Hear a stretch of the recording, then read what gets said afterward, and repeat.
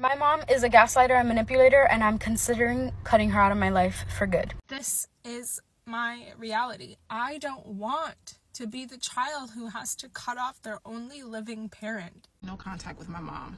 Also, how am I going to feel when she passes away? Like, am I still going to be okay?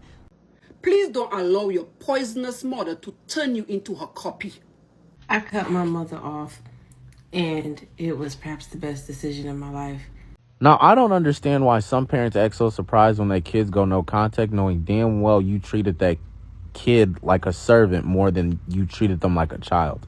Nothing makes me happier than hearing Black people, in fact, Africans, in fact, Zimbabweans, talking about having to go no contact with their parents. Hey guys, so it's been officially 1 year since I went no contact with my mom and my dad. I'm a narcissistic mother. Of course, I secretly would rather see you struggle than do well for yourself. The more you struggle, the more you have to rely on me, which means I get to control you. She takes complete pleasure in watching other people be miserable due to her behavior. I've been no contact with my mom on and off for the past 10 years. So here is the final reason why I officially cut off my mom. I had to cut off my narcissistic mom.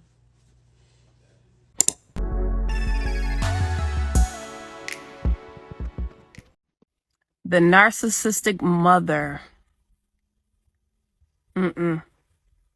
Let's talk about this one. Here we go. The narcissistic mother is sadistic. She takes complete pleasure in watching other people be miserable due to her behavior. Accountability? What's that to the narcissistic mother? There is absolutely no accountability. She's a victim of all victims and continues to be a victim throughout her entire life. She wants absolutely no family harmony whatsoever. She triangulates her children to no end. She is jealous if they get along. She wants to be the center of attention, but she doesn't want to be the center of a conversation, a true conversation about how evil she is and how evil she acts. She holds grudges forever. It could be years prior someone did something to her, and she's still holding on to that thing. She'll do things like cut you out of pictures, not invite people on purpose, and just act nasty towards people for fun. The narcissistic mother is typically a rager. She rages for no good reason. She goes from 0 to 100. There is no in between. And the narcissistic mother is usually who develops the narcissistic child, typically the son, because she puts the son in a pseudo-husband position in her life and treats him like her partner. She always has a golden child and she always has a scapegoat child. She has a child that she favors in front of the scapegoat child, and she makes it known to the scapegoat child that she loves the golden child more than them. She's physically abusive, verbally abusive, emotionally abusive, psychologically abusive, spiritually abusive, just damn abusive. Always gossiping, always talking negatively about people, never has a good thing to say about anybody, jealous, envious spirit, the most jealous and envious spirit you'd ever want to see. She probably doesn't have any real friends. If she has friends, they're very surface, superficial friendships where what she does is talk about people most of the time. She feels absolutely nothing for herself. She doesn't love herself. She doesn't know herself. And her identity is involved in her children. She lives vicariously through her children, controlling them at all angles and ends. All angles and ends. She wants in on everything, but brings nothing good to the table. She wants to be in the know all the time. And if you're not keeping her in the know, she guilt trips a lot. She triangulates her child against her grandchild because she doesn't want to see unity between them. She creates further narcissists in her grandchildren by creating that division between her child and their child. Yeah. I'm a narcissistic mother. Of course, I secretly would rather see you struggle than do well for yourself. The more you struggle, the more you have to rely on me, which means I get to control you. I'm a narcissistic mother. Of course, I had children to cater to my ego. The purpose of having kids is to teach blind obedience to me, not for them to be their own people. I'm their ruler. I'm a narcissistic mother. Of course, you have to earn my love. I'm a narcissistic mother. Of course, I've been emotionally unavailable your whole life. I didn't become a mom to meet your needs. I became a mom for you to meet mine. I'm a narcissistic mother. I can only love you for who I want you to be, not for who you are. As long as you do as I say, stick beside me in my toxic behavior, and participate in the fantasy I've created in my head, you have nothing to worry about, my love. I'm a narcissistic mother. Of course, I'd rather impress strangers and give the idea of a perfect family instead of actually having a healthy family dynamic. I don't really care about having a healthy family dynamic. As long as I get to post and keep up my false image, I'm fine. I'm a narcissistic mother. Of course, I play my children against each other and make them compete for my attention. I can never let them have a close relationship and leave me out the middle. Never. I'm a narcissistic mother. Of course, I'm going to be a seemingly loving grandmother, but only to one grandkid. I have to use the same manipulative tactics I used on my kids when they were younger.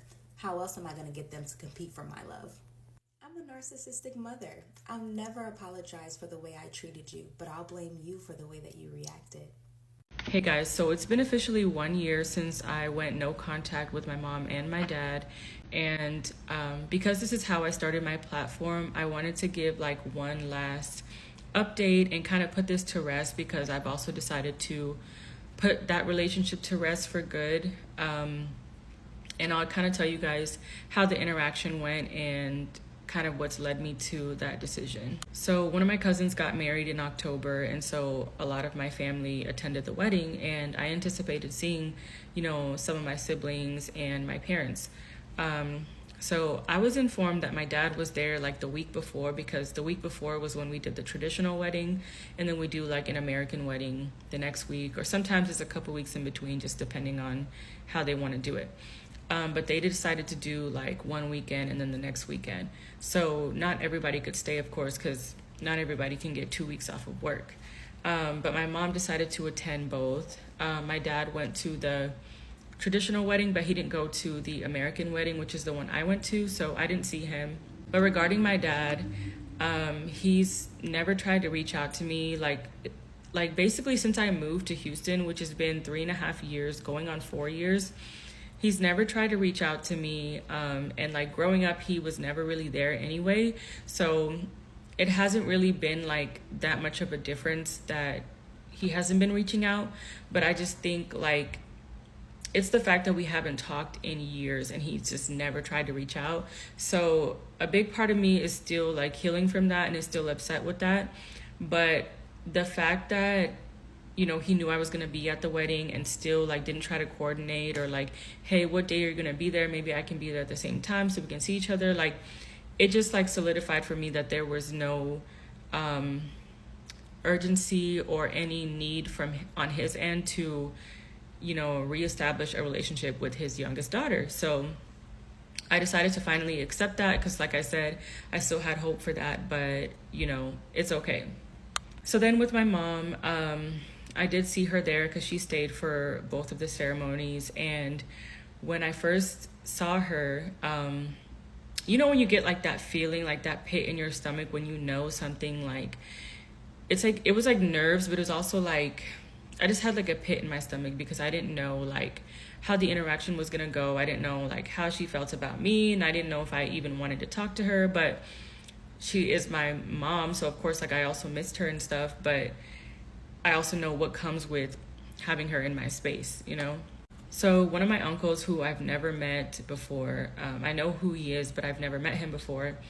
He saw me and he stopped me and he just like introduced himself, and I said, hey, how's it going? And he had the look in his face, which I immediately knew that like my mom had told him everything about our like relationship and, you know, what has been going on. So he immediately jumps into that, like no buffer. He just was like, so what's going on? Why aren't you like interacting with your mom? Why aren't you saying hi? And I was like, well, she saw me and she didn't say hi to me. Like at the end of the day, I'm the child, you know? But when it comes to like African parents, they're just very, very, very hard-headed, very stubborn. So I knew that if there's ever gonna be any like reconciliation, I'm gonna be the one that's gonna have to just like forgive everything and put everything on the back burner, sweep everything under the rug for us to ever have a relationship. And the fact that she saw me and refused to say hi to me first, I think that solidified my decision for me, because I just decided like obviously I'm not important enough, and obviously the love is not strong enough for you to, you know, put your pride to the side for 1 second to say hi to your daughter who you haven't seen in so long. So yeah, she refused to say hi to me. My uncle tried to facilitate. He tried to be like a mediator, and she just like wouldn't say anything unless I was the one who said it first. And I'm thinking, I'm the one with the grievances. Like, why are you now acting like, you know, you've been offended? So to conclude all of that, over the last 3.5 years, and especially the last year, I've really come to terms with my relationship with them. And, you know, I'm okay with what it is. Like, I've accepted that it's never gonna be what I wished it was, or what the little girl in me wished it was.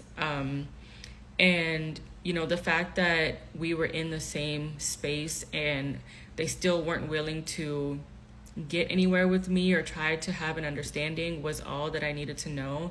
And I think that just is going to help me move on even more in my life and in my future. So yeah, that is it. I think that's just going to be my last, you know, update on the situation. And yeah.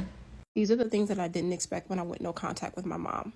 I have been no contact with my mom on and off for the past 10 years, but I would say it's been pretty consistent for the last 5 or 6 years. When I say no contact, I mean no contact. I don't have her phone number. I don't have her address. She met my son, but only once when he was 2 years old, and now he's about to be 7 years old this year. And she's never met my daughter, and she has not met my fiance. And the one thing that I did not expect when I went no contact with her was the amount of people in my life that would meet me for the very first time, find out that I'm no contact with my mom, and then ask me to mend the relationship. They would just automatically assume that that was my first course of action, and I did nothing to try to make the relationship between me and my mom work before I cut her off. And what I need for people to realize is that is the result of trying to make the relationship work.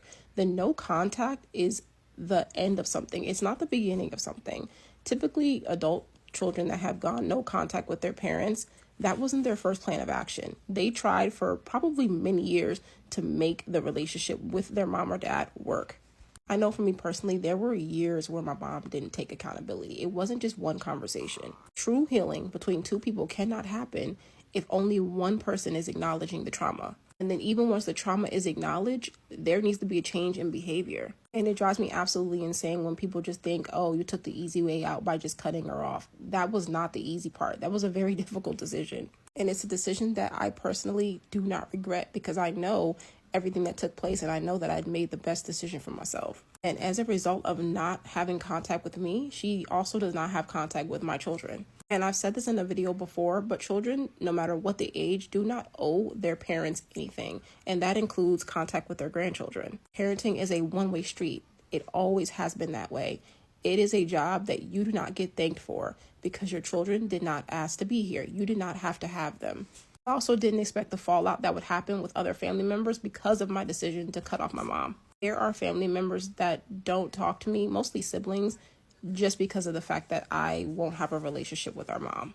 And that's okay too, because although we have the same mother, I do realize we had a different experience with her based on the amount of time that we spent around her. I'm just saying, if you meet a person and find out that they're no contact with their parents, please respect their decision. And keep in mind that it is always the parent's responsibility to mend that relationship. It's never the child's responsibility, no matter how old they are. I had to cut off my narcissistic mom. Yep. The breaking point was literally the hurricane that just happened in Houston. To give y'all context, I live 20 minutes away from her. I live in the inner city of Houston, and she lives a little bit closer to Katy, which is about 30 minute drive, whatever, cool. The day the hurricane came, I didn't have power or water. She didn't have power or water. I literally, mind you, I also own a beauty supply store, okay? One last factor I really need to put in there. My mom is a Pentecostal, okay? She has so many supplies like the world's about to end. Like, if you go into her house, she has 8 cases of 40 packs of water, battery operated fans, this and that. If there was an apocalypse, you would think she would be ready, okay? She's a 60-year-old woman. Also, she is disabled.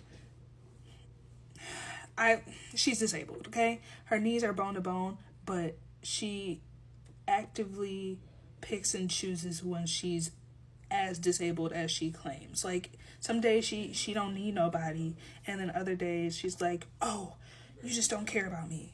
Okay, cool. So I finally get service like around 12 p.m. and call my mom. It's like, are you okay? Yada yada yada whoop. We're just like, she's like, girl, yeah, I'm okay. I just don't got power or water. And I was like, oh yeah, me too, whatever. And she's like, yeah, just call me, like, just like emergency calls, like save our battery and stuff like that. I was like, oh, okay, yeah, bet. Oh, and then we hung up the phone. So I was like, check my mom's fine, right? My next thing I needed to check on was my store. Mind you, my store was damaged. It's handled now, but like roof caved in, all that in the 9 yards. That same night, I ended up staying like an hour at my friend's Airbnb because she had like water and power, but we had to go up 3 flights of stairs to get to the Airbnb. Like, so my mom couldn't even come there for refuge, even if she wanted to, because she can't go upstairs. Cool. Anyways, I did that, showered, charged up our phones, we went back home. Next day, I called my mom again to just, we're checking up on people and whatever. She has an attitude now. Don't worry about me, just worry about you. Worry about what you got going on. You just don't care about me. I was like, okay. Click, because what we're not about to do is have an attitude, right? Anyways, then my family started calling me like, why did you abandon your mom? Why aren't you checking up on your mom? Why aren't you? Mind you, if you saw the videos from the hurricane and where she lives, it was so flooded. There's no way I was going 20 minutes out that way, okay? And like, we're in the same predicament. Why was I driving over there to just be in the same predicament? Okay? You were fine. Anyways, the next day after that, my mom likes to do this thing where she likes to be fake mature and have conversations like she's trying to understand where I'm coming from and why I have to act the way I act and have boundaries. So while I'm getting groceries, she calls me and she's just like, Jessica, what did I do so wrong to you that you don't want to check up on your mother and make sure that she's fine and she's okay? And basically, I broke it down to her the same way I'm breaking it down to you guys. Like, hey, like, I called you here. You said you were fine, like this. And then I also added on the fact that, like, I was dealing with the store. She said, I don't give a F about your store. We're talking about life or death here. Girl, you just said you were fine. And she's like, my coworkers are checking on me. They said, I'll send an Uber for you. I'll do this. I'm like, okay, but, like, didn't we decide, like, we don't need to use our phones that much?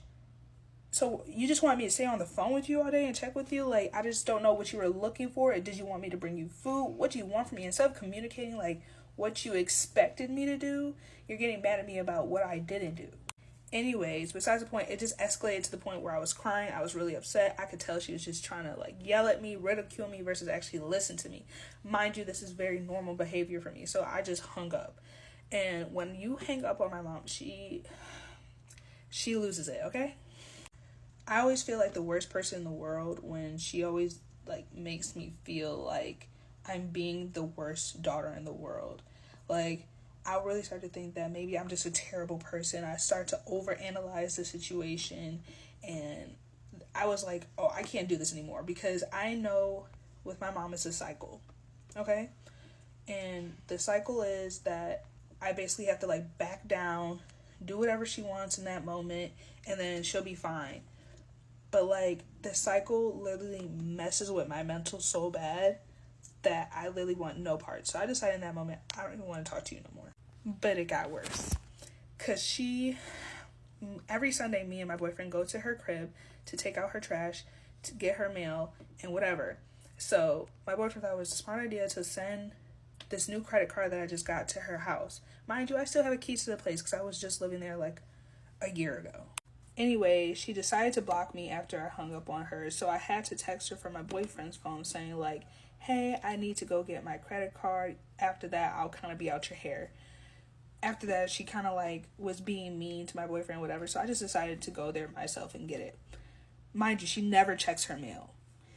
So I finally get to the mail, and the mail's gone.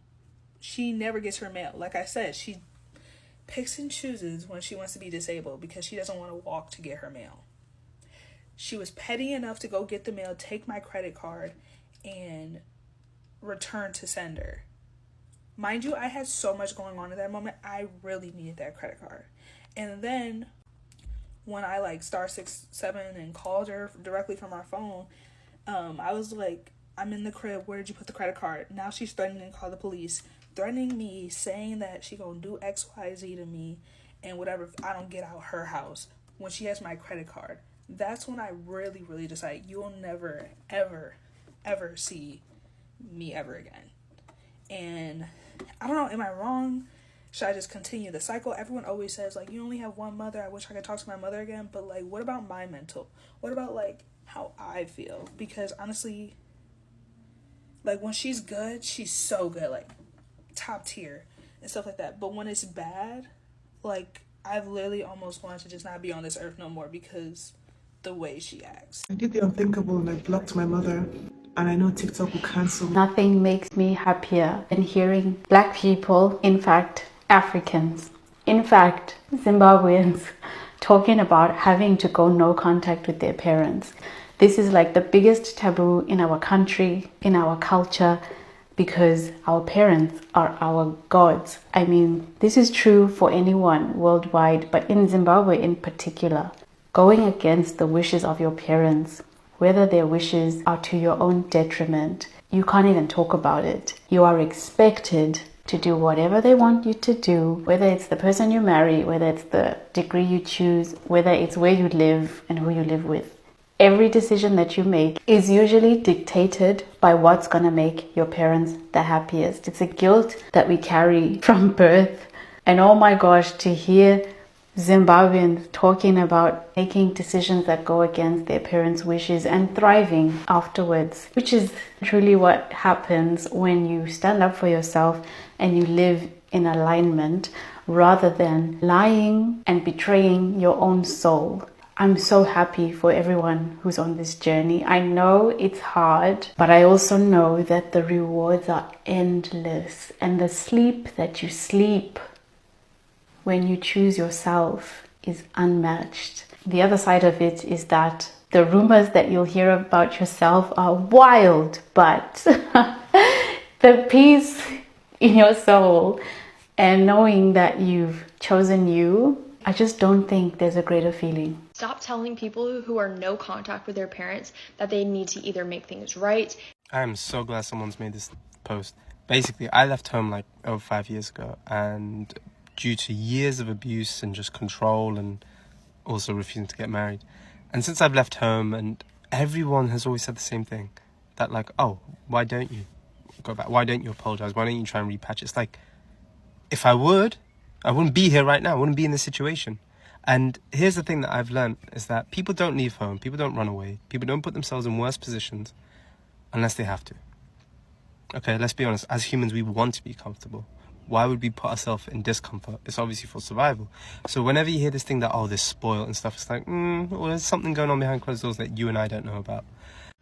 Now, I don't understand why some parents act so surprised when their kids go no contact, knowing damn well you treated that kid like a servant more than you treated them like a child.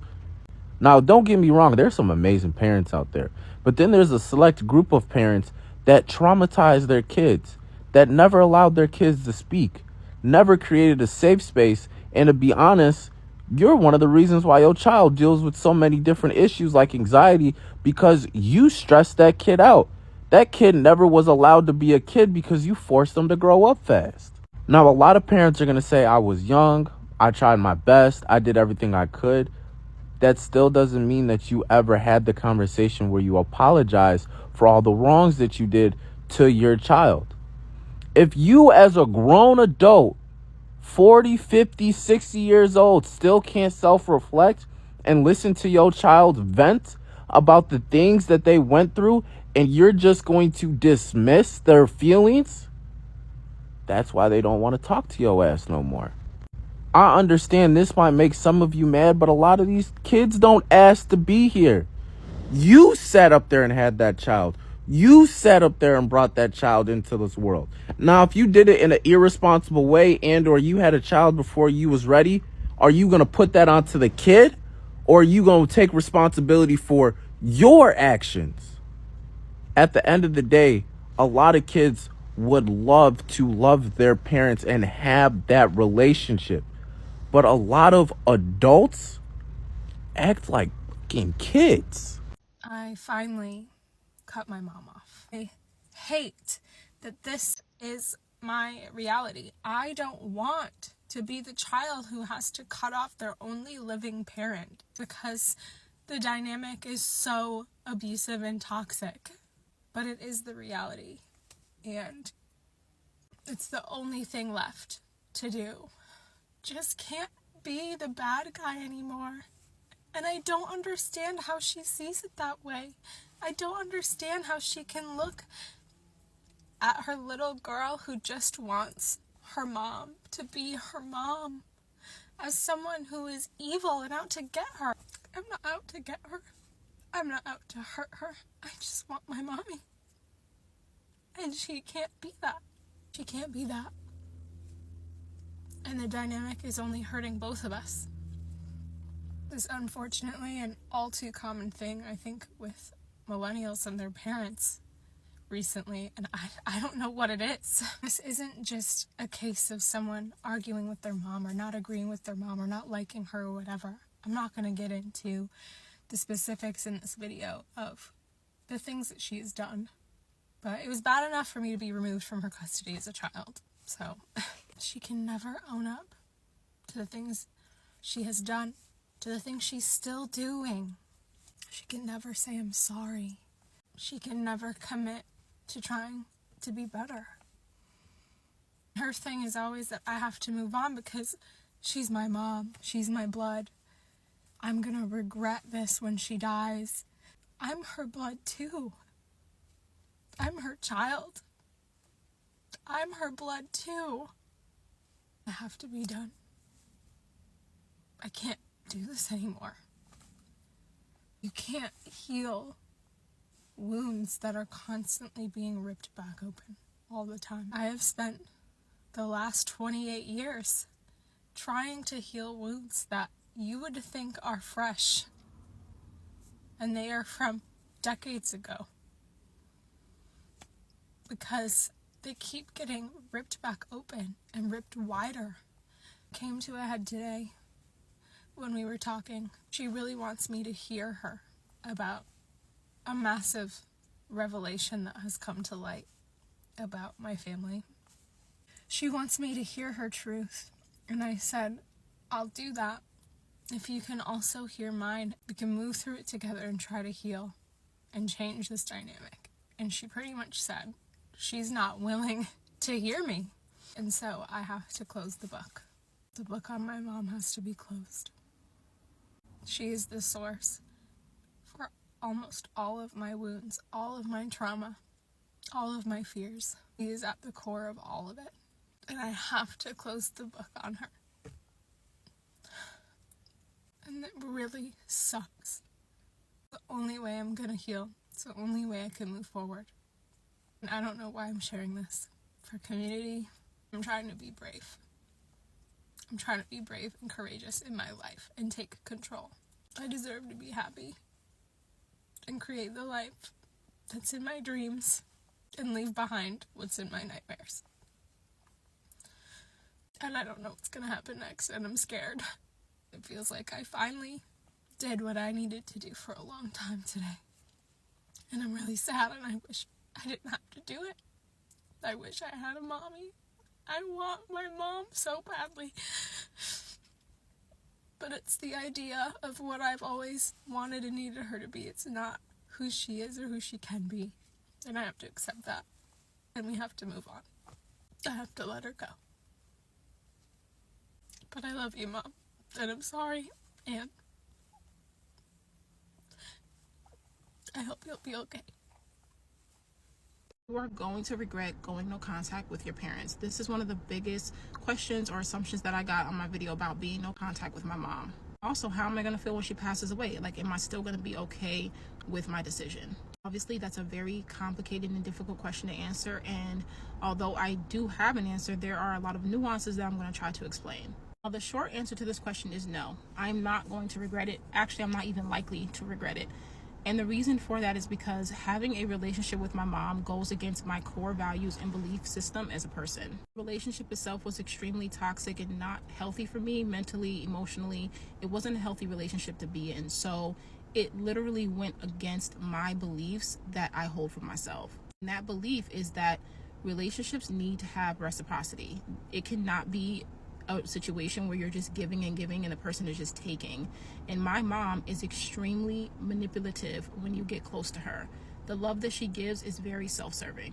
In relationships, no matter what type of relationship it is, both parties must benefit. Now, it doesn't have to be completely equal. You may need someone more than they need you, but at some point it has to balance out. That never happened with my mom. If she did something for me, well, now I owe her. Now, let's dive deeper into regret and what it actually means to regret something, because there is more than one way to regret a decision. Regret for something that you did, such as making a poor choice or a mistake, or regret for something that you didn't do, such as a missed opportunity. Now, within the first year, you are more likely to regret decisions that you made. So you're more likely to regret mistakes and poor decisions more than you are missed opportunities. However, in cases of longer periods of time, you are more likely to regret not taking an action than you are to actually taking one. Over time, opportunities missed trump mistakes that you've made. Like I said, it's been on and off for about 10 years. It's been pretty consistent for the past 6, so I wouldn't fall in the category of 1 year or less. It's definitely been a long time for me, and I'm very, very comfortable with this decision. Now, the one thing that I do see myself actually grieving is the loss of the relationship that we could have had. When you are a child that grows up in trauma, typically children will create another world in their head. They may even envision themselves as somebody else if something bad is happening to them. And this is very common. The fantasy that I had for our relationship was not who I was actually dealing with. I will miss the person that she could have been more than the person that she actually was. As far as her passing away, losing a parent is never easy, and I haven't been through anything like that before, but I do know that I can lean into the support system that I have and the support system that's been helping me get through this process so far.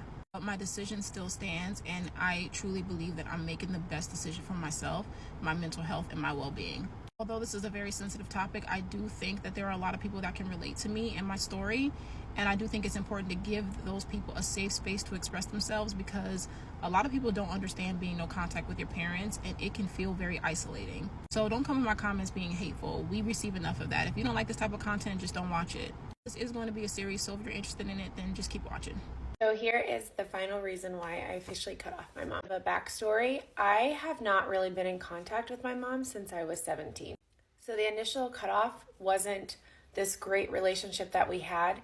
It was just the final, I'm not letting you back in my life ever again. My mom had gotten my new American number. We were living out of the country at the time, and we had just moved back to the States, so somebody had given her my new number. She reached out saying she wanted to reconcile, she wanted a relationship, she wanted to know her grandchildren. At that time, I had just lost my grandfather, who was my hero.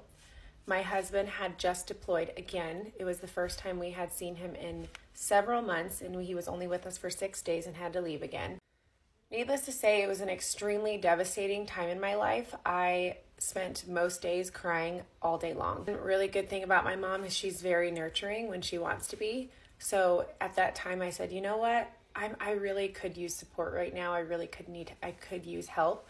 So I was like, absolutely, I would love to rekindle our relationship. We hadn't spoken in several years. So she jumped on the first plane. Within hours, I could already tell that it was not going to be a good experience. People who are toxic and have extreme highs and extreme lows, you can tell when that boiling, bubbling explosion is coming, and I knew it was going to happen. My daughter was 3 at the time, and there was a point that my daughter needed to be taught a lesson, and it wasn't even out of discipline because she was not in trouble, but she needed to learn something. And my mom witnessed the whole thing. My daughter, we had a really enjoyable time. We made a big lesson out of it. And my mom immediately started trying to manipulate my daughter into telling her that I was abusive. She sent videos and pictures of my daughter and of trying to manipulate my daughter to my entire family. She told them all that I was not emotionally stable to be a parent because I was going through a time of grief. I received tons and tons of screenshots and of her text messages to family members, friends, anybody she could tell that I was a terrible mom. And in those, she said that she was going to be calling CPS on me. Stay tuned for part 2. My mom is a gaslighter and manipulator, and I'm considering cutting her out of my life for good.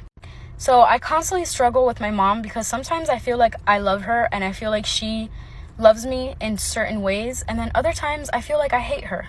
So let me explain. We just got into an argument. My voice is honestly kind of raspy because I was yelling at her. I have told this woman many times to please respect my boundaries and stop telling people things that I confide in her with.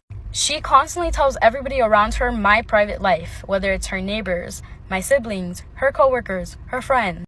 There is not a single thing that I can tell this woman that she doesn't share with the world. And that really bothers me because 1, you are my mother. And I would hope that you respect me and my boundaries enough to not go and tell everybody about my life.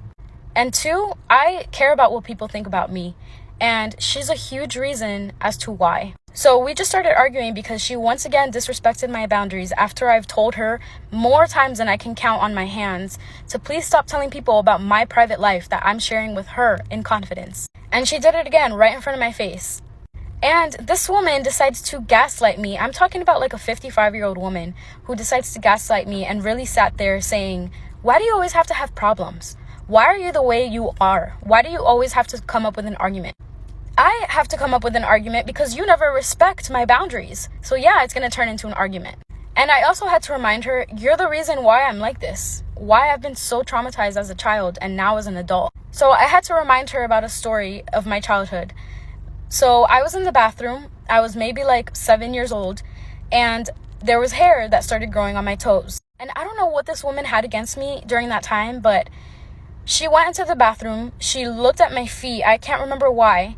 And then she pulled me out of the bathroom to the living room where my entire family was sitting and laughed to everybody that I have hair growing on my toes. Like straight up like, oh my God, look, she has hair growing on her toes. Ha ha ha ha. And as a 7-year-old girl, that traumatized me. Like my own mother is sitting there making fun of me. And it might not seem like a big deal, but that made my life take a huge turn. And I started caring about what people thought of me. I started caring about my looks. There was a point in my life where I didn't care about my looks because I didn't want people to notice me. So I became this like really shy girl, just hoping to stay in the shadows. I didn't want to be the center of attention, and I still, in a lot of ways, don't. I became really insecure. I started hating myself, and my life was not easy growing up, and mostly due to her and my dad. Anyways, after I reminded her of this story, you know what she told me? She told me that I love to invent things. She called me a liar. Her own daughter, she called me a liar. And then she proceeded to say, I can call my children right now and ask them if I ever did something like that, and I promise you they won't tell me. And then I had to be like, I am your daughter. I am your child. Like, I am part of your children. How can I sit here lying about something that happened to me in my life that I remember so vividly because this woman literally traumatized me from that? Why would I lie about that? Why would I invent a story? Why would I come up with that? Not only that, after I called her a gaslighter, and then she goes, isn't that what your ex called you? Like, mother, are you serious? You are a grown woman and you're talking to your daughter like that. And I told her, if you want to take shots at me, I can take shots at you back. So don't start with me. Me and her are now 2 grown women, and she's double my age. And you would expect somebody at her age to be a little bit more respectful or to be a little bit more empathetic towards their own daughter instead of sitting there and calling them a liar. So I call you out for something that you did. You call me a liar, and then you go and tell me something about my ex that I also confided to you in, that was also a really big deal to me, that made me very sad. She's straight up taking shots at me. And you can't just sit there and apologize, or you can't just sit there and acknowledge what you did. She's not gonna change. I've already had multiple conversations with her, and I realize that she's not going to change. And when she acts like that, she makes me feel like she doesn't love me unconditionally, and that's why I think I should cut her off. I cut my mother off, and it was perhaps the best decision of my life. And I do encourage anyone that has been raised by a narcissistic parent to do the same. In all seriousness, I always knew since I was a kid that I was going to have to cut my mother off the older I got. I just knew it. And to this day, a lot of people are shocked that I really had an easy time walking away from her. Now, before y'all try to call yourselves reducing my experience with a narcissistic mother, it's deeper than her being mean. It's about her being calculated. It's about her letting other people abuse me. It's about a whole bunch of stuff. And to this very day, this woman expects me to feel bad for her, and I don't. This woman literally prayed that I would do bad in my life. In what way should I ever feel bad for anything that this woman goes through?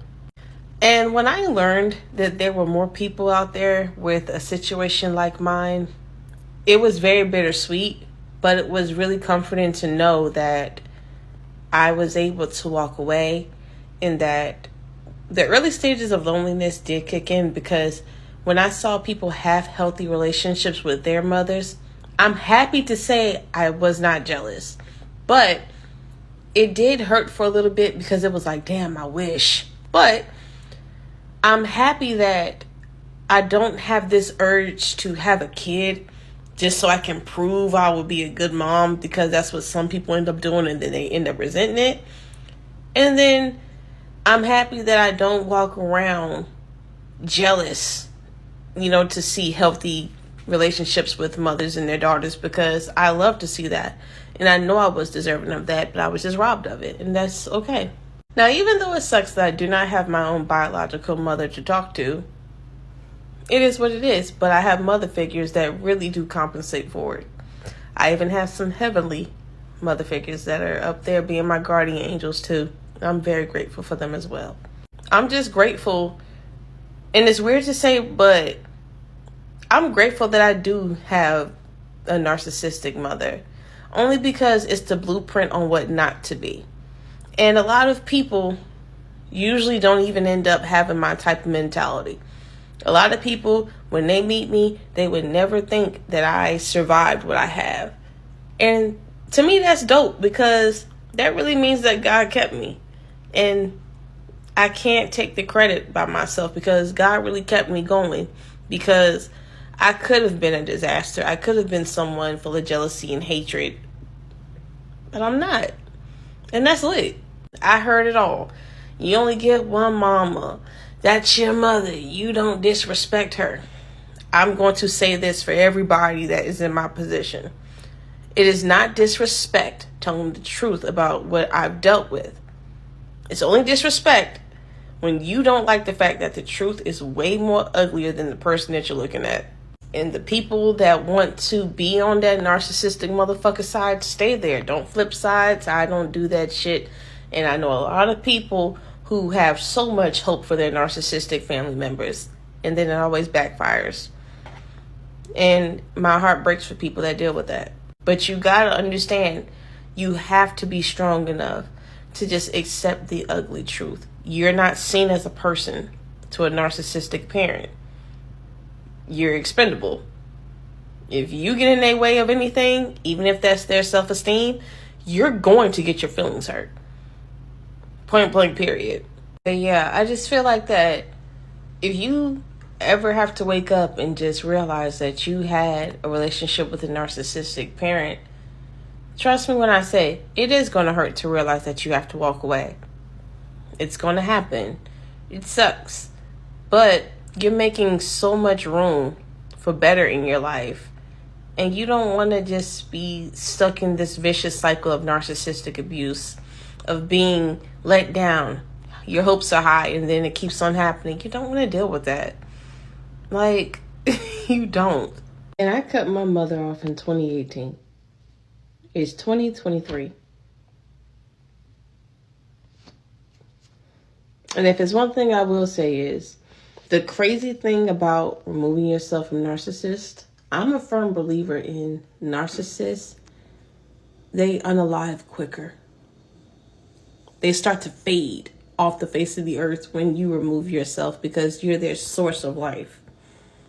Ever since I removed myself from my mother, some things have been happening. And it just raises a lot of flags for me. And I'm not saying that I don't ever pray for harm on anybody. But it's not just her. It's other women that I have met that have said that the moment that they removed themselves, their narcissistic parents' health declined. That's really weird and that's scary. So yes, cut the bitch off. I don't give a fuck who it is. Your mother, your father, whatever bitch ass narcissistic family member you got that's wasting your life away. Cut the bitch off. Would you rather waste away or realize your worth? Go through the crazy journey of what growth is and live your best life, or would you rather waste away? Your choice.